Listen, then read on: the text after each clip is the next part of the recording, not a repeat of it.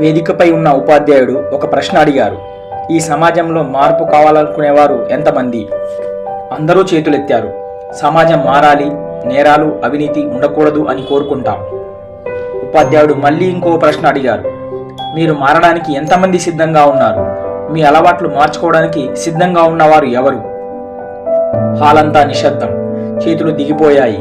కొన్ని వ్యసనాలు, అలసత్వం, పని వాయిదా వేయడం, వాటిని వదిలేయడం అంటే కష్టం.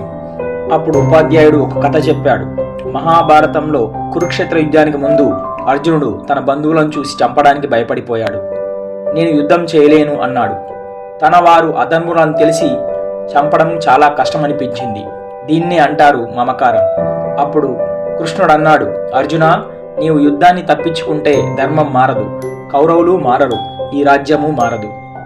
నీ మనసు మారితేనే నీ భవిష్యత్తు మారుతుంది, నీ రాజ్య భవిష్యత్తు మారుతుంది. ఆ మాటలు అర్జునుడిని మార్చాయి. అర్జునుడు తన నిర్ణయం మార్చుకున్నాడు, తన బాధ్యతను స్వీకరించాడు. ఉపాధ్యాయుడు విద్యార్థుల వైపు చూసి అన్నాడు, మీరు కూడా అర్జునులే. ఎగ్జామ్లో ఫస్ట్ రావాలని కోరుకుంటారు, కానీ రోజూ చదవడం మాత్రం వాయిదా వేస్తారు. మీ అలవాట్లు మారాలి, మీరు మారాలి. మీరు మారకుండా ఎదుటివారిని మార్చలేము అనే సత్యాన్ని తెలుసుకోండి. అందుకే మహాభారతం ఒక కథ కాదు, అది మన జీవితానికి ఒక దర్పణం.